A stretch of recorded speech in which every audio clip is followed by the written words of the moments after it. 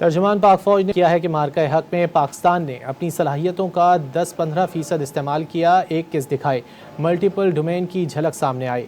دوبارہ جارحیت کی صورت میں بھی پاکستان پہلے کی طرح دفاع کے لیے تیار ہے، کسی کا باپ بھی پاکستان پر آنچ نہیں لا سکتا۔ دیکھیں، انہیں پاکستان کے بارے میں ان کا جو اندازہ ہے وہ ایبسولوٹلی غلط ہے۔ کہاں سے ان کے ذہن میں یہ خبط آ گیا ہے کہ کوئی اکھنڈ بھارت بنے گا؟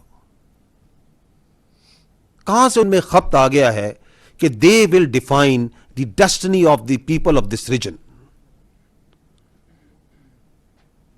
This is what is the problem. This sense of self-entitlement, I think that is the problem where they have miscalculated. And they are miscalculating hugely. اور اسی زوم میں وہ یہ سمجھتے تھے کہ جی ہماری تو 10 گنا زیادہ ہم ان سے دفاع پہ خرچتے ہیں تو ہم آئیں گے اور اب پار ہو جائیں گے۔ وہ یہ سمجھتے تھے، اور ان کو کچھ لوگ یہ غلط فہمی دیتے تھے کہ یہ عوام اور یہ جو فوج ہے اس کے درمیان کوئی دوری ہے۔ ہم اس وقت بھی کہتے تھے، کیا ہم بار بار نہیں کہتے تھے؟ یہیں سے ہم کہتے تھے کہ کوئی مائی کا لال جون سا ہے، کسی کا بچہ، کوئی کسی کی جرت نہیں ہے کہ عوام اور فوج کے درمیان آ سکے۔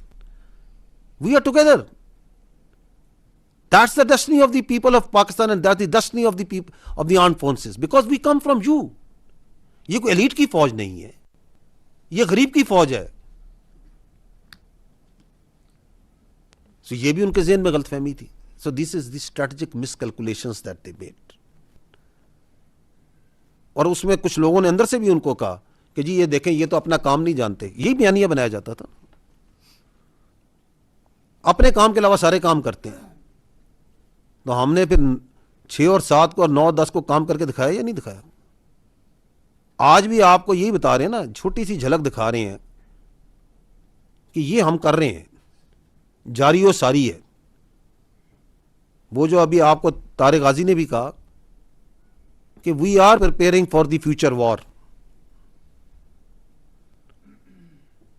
تو آئی تھنک اپنے اوپر زیادہ گھمنڈ کرنا اور دوسرے کو چھوٹا سمجھنا، دیٹ از ویئر دے فالٹرڈ۔